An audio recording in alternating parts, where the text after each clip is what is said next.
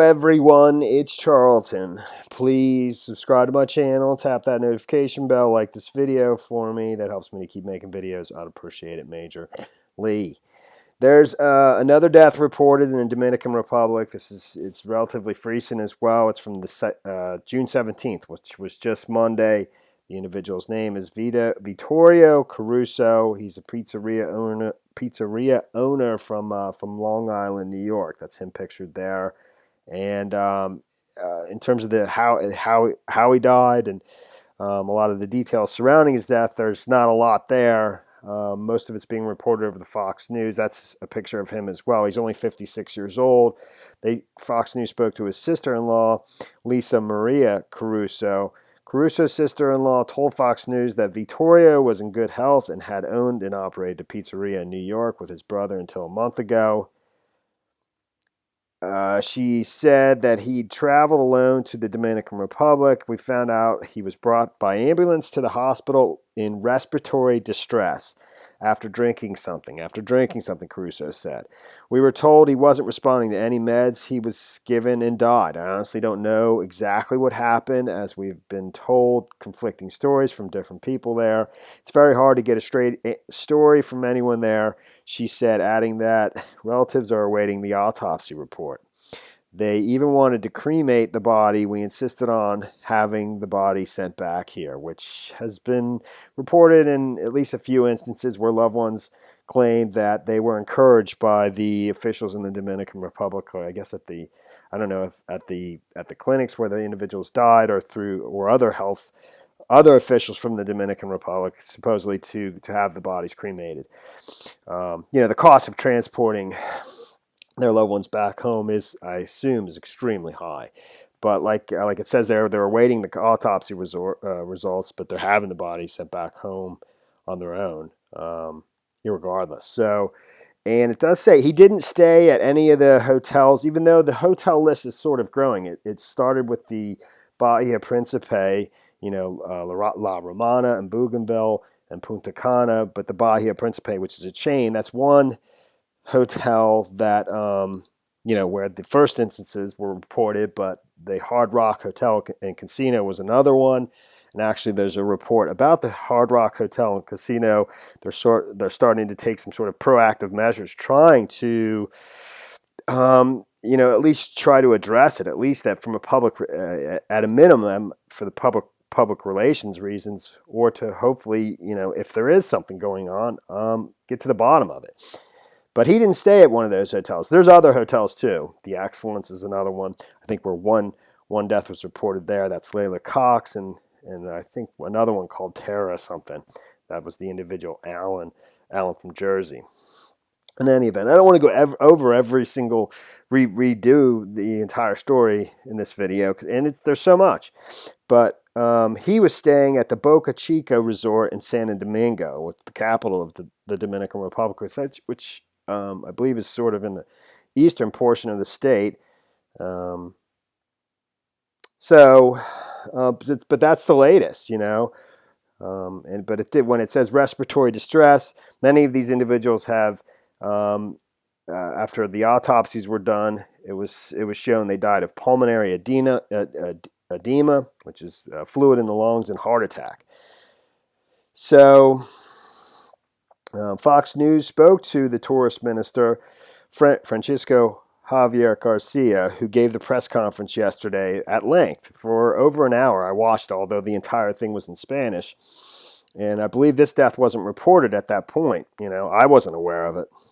And, he continues to believe, the officials in the Dominican Republic believe that it's all, these are all random, isolated incidents. It's just based on the number of people that travel there that you would have these things happen just by law of probability, and that they're all dying from natural causes.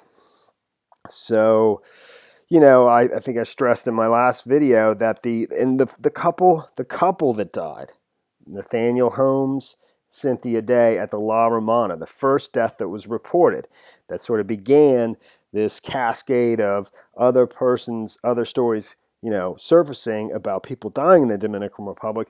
the couple was a unique situation because, it's hard for two people to die of natural causes, almost simultaneously. That's nearly impossible.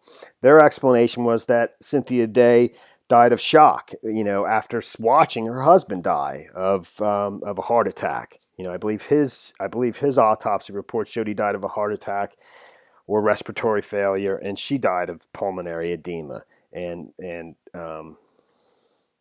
some other brain edema. I can't remember exactly, but they were saying that she died of shock after watching her husband pass away.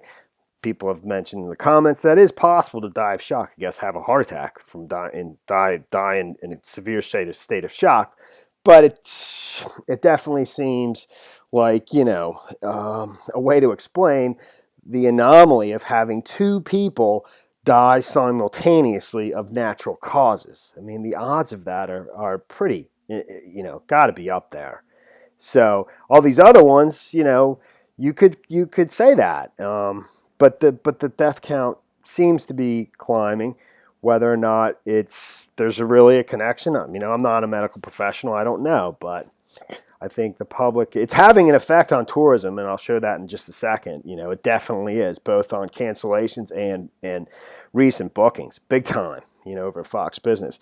So, but in the exclusive interview, the tourist minister Francisco Javier Garcia expressed confidence that the deaths were all rooted in natural causes and insisted that it is safe to vacation there.